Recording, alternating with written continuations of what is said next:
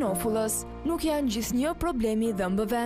Ajo mund të jetë shenjë një çrregullimi të artikulacionit, nyjet që lidh nofullën me kafkën. Simptomat më të shpeshta janë dhimbja gjatë përtypjes, kërcitja dhe bllokimi i nofullës, vështirësia për të hapur gojën, si dhe dhimbja pranë veshit. Por problemet me nofullën mund të ndikojnë edhe në pjesë të tjera të trupit. Ato shpesh shoqërohen me dhimbje koke, migren, dhimbje në qafë dhe shpatula, zhurmë në vesh, marramendje, madje edhe me çrregullime të gjumit. Në shumë raste, shkaku është rrëngimi i dhëmbëve gjatë natës, stresi, kafshimi i gabuar ose një traumë. Nëse këto probleme neglizhohen, mund të vështirësojnë përtypjen, të folurin dhe uljen cilësinë e jetesës. Prandaj, është e rëndësishme të shmangni përtypjen e çamçakëzit, ushqime shumë të forta dhe të kërkoni ndihmën e një mjeku specialist. Një diagnozë dhe trajtim në kohë mund të parandalojë komplikacione afatgjata.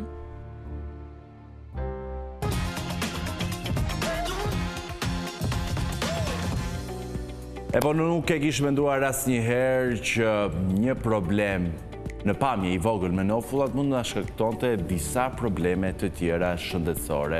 Deri më tani nuk kemi qenë të ndërgjegjshëm, prandaj ne I bëjmë këto biseda dhe I realizojmë këto biseda në studiot tona televizive për të informuar dhe udhëzuar publikun. A e dini ju që përdimbjen e kokës, përdimjen e qafës, zhurmat në vesh, marramendjet her pas here është nofulla, nganjëherë është nofulla përgjegjëse, por për të kuptuar se çfarë ndikimi ka, si duhet të kujdesemi, si ta mbajmë nën kontroll dhe kur duhet të nisim të shqetësohemi. Jemi në studio me Margit Salën, fizioterapist, për ta dhënë disa informacione. Mirë se vjen, kënaqësi të kemi në studio. Gjej përsëri dhe faleminderit shumë. Për të folur të flasim për pjesën e shëndetit edhe si njerëzit të ndihen më mirë me këshillat sadopak sigurisht sa të rëndësishme. Të lutem, Margit, na shpjego pak si qëndron e vërteta, çfarë lidhje ka problemet me nofullën, me dhimbjen e kokës, marramendjen, zhurmat në vesh, pra disa gjendje shëndetësore që gjithë ne I përjetojmë. Shiko pak, to ndahen në dhimbjet kronike që kanë ardhur në vazhdimsi, nga dhimbjet e qafës, nga dhimbjet nga shtrëngimet shumë të forta gjatë natës, që njerëzit I bëjnë pa e kuptuar, se normalisht nuk janë koshient, po mund të jenë traumatike. Do thot mund të ketë pasur ndonjë goditje, ndonjë zënk e rastësishme, ndonjë përplasje, edhe kemi të bëjmë me disa faktorë. Shumë mund të jetë një acarim I nervit trigeminal, që mund të japi këtë problematik, që është një nerv që shkon përkalon që I nervon komplet pjesën e nofullës, të artikulacionin temporomandibular, edhe me rritimin e tij janë të gjitha këto simptomat që ti the më përpara, që janë zhurmat në vesh, janë dhimbjet përgjatë veshit, ndjen një vesh të bllokuar, por ndërkohë që ti nuk ke problematik me veshin, janë ato dhimbjet e kokës konstante. Shumë pacientë që vinë në klinik mendojnë që çdo gjë për shembull mund të kalojë me pjesën e fizioterapisë.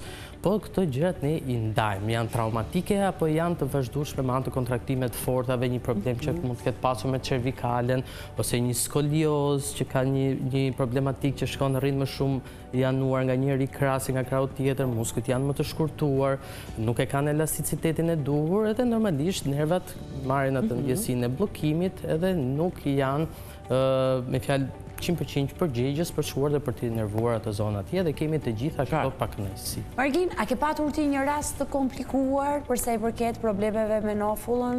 Atëherë, unë kam manifestuar si në cilat simptomat? Një rast shumë të bukur.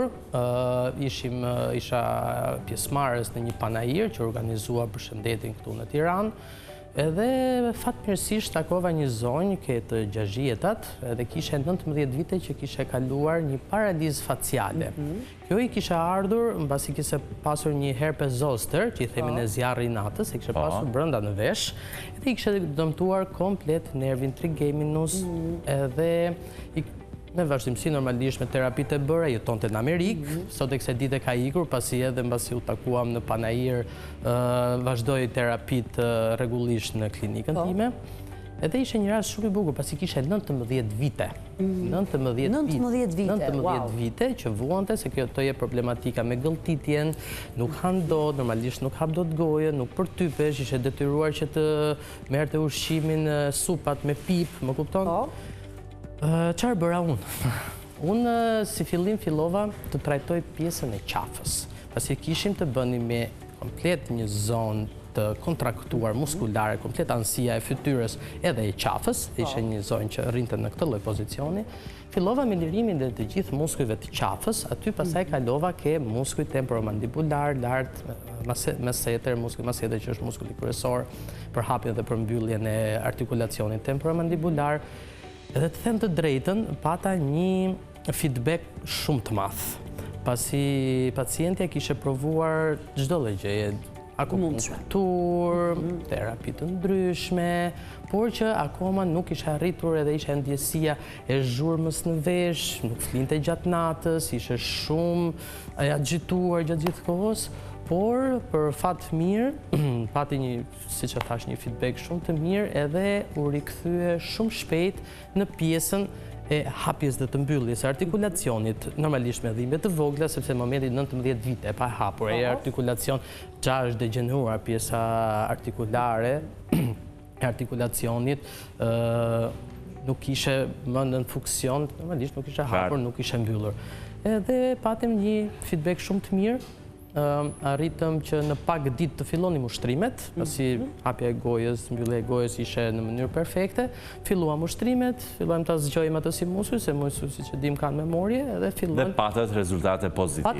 Pata një rezultat shumë pozitiv, pasi në pak ditë, në 19 vite, në pak ditë unë arrita të rikuperosh atë zonjën ta nisja për në Amerikë, edhe duke marrë shumë falenderime atë që i bëra. Dhe ne të përgëzojmë për punën që ke bërë. A ka disa ushtrime që gjithë ne mund t'i bëjmë një për të relaksuar nofullën? Po, patjetër që po. Dhe për të shmangur gjithë komplikacionet që ne përmendëm pak më herët? Shiko pak, çfarë duhet të bëjmë? Kjo është pak e komplikuar, kupton, nuk është se jemi vetëm ne ata që e zgjidhim. Janë disa hallka. Janë disa hallka. Për shembull, unë konsultohem me dentist. Po. Konsultohem me neurolog. Si në momenti që preket nervi, normalisht kemi të bëjmë edhe me fjalë bëjmë një grup mjek fizioterapist që shkojmë edhe e studojmë këtë rastin. Nuk është hajde këtu ti edhe do ta lirojmë. Ja, s'ka ashtu, kupton? Për shembull, ne me anë të dentistit unë ekzaminoj një skane që i bëjmë të pjesës nofullës, edhe si fillim japim një Biden. Biden janë pjesë e gominave që ne i mbajmë gjatë natës që të lirohet. Qartë, por kjo besoj është për një rast i cili ka një komplikim të caktuar. Flas për njerëzit që derim tani në fazët të caktuar të jetës nuk kanë dhënë shenja të një defekti apo problemi konkret, por janë muskuj dhe ka nevojë të relaksohen. Atëherë të dalin para pasqyrës. Po, pra këtë duam të na hapin të mbyllin gojën dhe të shikojnë nivelin e artikulacionit temporomandibular. Ka ndonjë luksacion, lëvizje apo jo, apo ndjen një klik apo ndë një kërcitje, këtu kemi të bëjmë që njëra anë e nofullës nuk funksionon si krau tjetër, që do të thotë muskujt e njerëz nofullë janë më të ngarkuar se krau tjetër. Këtu fillon, në qoftë se pjesa e nofullë e marrim në kraun e majt, është shumë e ngarkuar, ne do fillojmë një stretching të qafës, do fillojmë të punojmë çik me muskujt e qafës. Çfarë tregon kur na kërcet nofulla? Kur na kërcet nofulla? Artikulacioni nuk është në vendin e duhur. Do të thotë që del edhe futet. Shkon edhe bën një luksacion, nuk hapet dhe nuk mbyllet aty ku është vendi i vet që do bëj pjesën e hapjes edhe të mbylljes së artikulacionit. Që do të thotë, ai muskull shkon tërheq më shumë nofullën për mbrapa duke bërë që nofullat bëj atë klëk, duke sigur del edhe sigur futet nga vendi. Dhe kjo është shumë e thjesht me një hapje të mbyllësh gojën para pasqyrës edhe mund ta dallosh.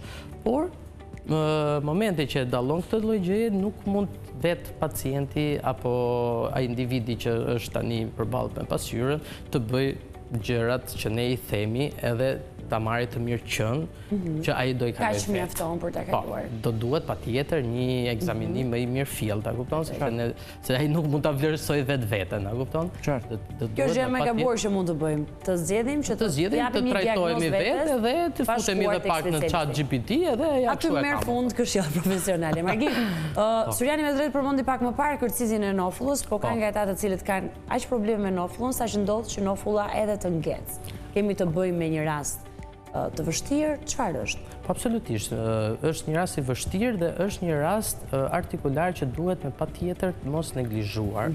Pasi, në qoftë se ne e kapim në një kohë të shpejt, këtë rast ne kemi shumë mundësi ta risjellim shumë shpejt atë defekt që ai ka. Në rast se vazhdon se do kaloj ose do kaloj, atëherë pastaj fillojnë këto problematikat e tjera. Atëherë pastaj fillon dhimbja kokës, atëherë pastaj fillon dhimbja në anësinë e veshit.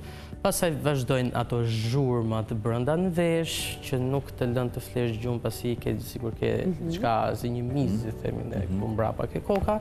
Edhe momentin që gjëja agravohet, bëhet kronike, edhe ne kemi shumë më të vështirë pastaj për ta risjellur dhe për ta trajtuar normalisht. Që nuk duhet neglizhuar, sepse momentin që nga një simptom kalon në 10, atëherë ne do duhet të punojmë shumë herë më shumë për t'i hequr 10-a. Kur kemi një, heqim vetëm pionën. Mos e drejtë. Funksionon në jetë. Një tjetër ushtrim, i cili është viral në rrjetet sociale, po bëjmë mirë t'i themi për të kuptuar nëse janë qytetarë duke bërë veprimin e dur, është që thjesht nëse ne masazhojmë dy pjesët këtu të nofullës, ku piktakohen me peshqirin e lagur me ujë të nxehtë. Absolutisht, se i ngroti shkon edhe kanë vetinë e mbymese. Çfarë jemi duke bërë? Kjo ishte pyetja ime, nëse masazhojmë në këtë formë. Po nuk bën asnjë gjë të keqe. Nuk bën asnjë lloj gjë të keqe, nëse ti merr 2-3 këshilla nga unë, se unë të shoh të bëj një vlerësim shumë të mirë dhe them, shiko, ky nuk është rast urgjent që ti duhet vish këtu. Mundohu të bësh 1, 2, 3, 4, 5 ushtrime që janë. Të shkosh të aktivizosh pak në mënyrë transversale. Në mënyrë transversale muskujt massetër të temporomandibularit në këtë lloj forme. Pastaj mund të bësh një shtypje, nëse e bëj unë do të jetë shumë e dhimbshme. Nëse e bën vetë. Jo, mos e bëhet. Po. Me fjalë shkon edhe ambientohet më mirë. Pacienti thjesht të bëj një shtypje këtu të muskulit dhe ta mbajnë derisa dhimbja të kalojë. Pastaj në rast se do hapi gojën, të mundohet që nuk e hap dot, mundohet e shtyn me dorën e vetë, derisa të marri maksimumin e hapjes. Dhe në momentin që është normale hapja dhe mbyllja, atëherë ne pastaj fusim punë pjesën e muskujve që janë ushtrimet koncentrike që ti e mban, i krijon presion dhe fut më shumë muskulit në punë. Por që këto janë stad ba stadi, nuk mund të shkosh e ti bësh gjitha për një herë. Kam një pyetje të fundit. Patjetër. Që lidhet me Edhe dy. Një kam unë, pastaj mund të ketë Alma një tjetër. Lidhet me asimetrin, por nuk them me asimetrin e kockave, por ka disa njerëz kur flasin buzat, njëra anë e buzës o shkon poshtë o shkon lart. Pra praktikisht nuk është një buzë simetrike në artikulim. Me çfarë rasti kemi? Aty kemi bërë me një skolioz të fytyrës, se nuk ka vetëm skolioz të trupit, ka dhe një skolioz të fytyrës. Por aty mund të kemi të bëjmë në një kohë të hershme ti mund të kesh hequr një dhëmball. Edhe kafshimi më shumë është nga njëri krah se nga krahu tjetër. Mund të kesh pasur, me fjalë nuk të kanë dalur dhëmbët e pjekurisë. Gjithmonë ti je mësuar që është njëri krah ke pasur dhimbje për një kohë të gjatë. Nuk mund ta specifikosh fiks, prandaj edhe ne bëjmë konsultat. Origjina e kësaj gjëje bëhet vetëm anë të konsultës.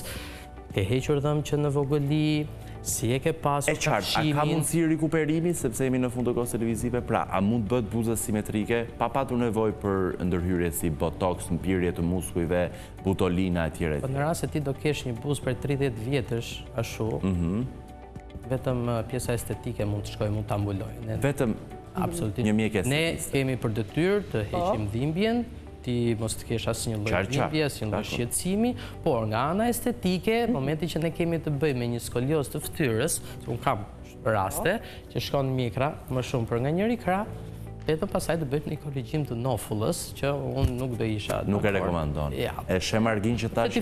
Pse ti futesh halleve kot? E drejt. Sa gjëra duhet të jetojmë e to. Margin, e she që ishte pyetja fundit? Ne të jemi shumë falenderuese për fundoj koha. Kënaqësi gjithmonë që kemi në këtë studio. Kështu që janë shumë praktike dhe ne presim takimin e radhës me ty. Patjetër, me kënaqësi. Vetëm pas publicitetit, publiku do dëshmojë një nga bisedat më interesante që Megi Beshello ka bërë jashtë kësaj studio dhe është pikërisht intervista me Kujtim Beçajin, kreu i shoqatës së pullumbave të Postës. Ka 150 pullumba për gara, do t'rregoj se si funksionon gjithçka. Je kurështar? Jam shumë kurështar për parë se si i ikin kujtimit ndoshta her pas here pullumbat, por ajri sjell tek vendi ku i mban më një herë. Dhe kështu mbyllim këtë fundjavë. Duke ju uruar më të mirët e kësaj fundjave, më të mirët e verës, shumë dashuri nga na ime për gjithë ekipin dhe këtë ditë që e mundsua dhe e bën jashtëzakonisht veçantë, dhe me dashurinë maksimale për njëri tjetrin. Shihemi të hënën. Ju themi shihemi të hënën.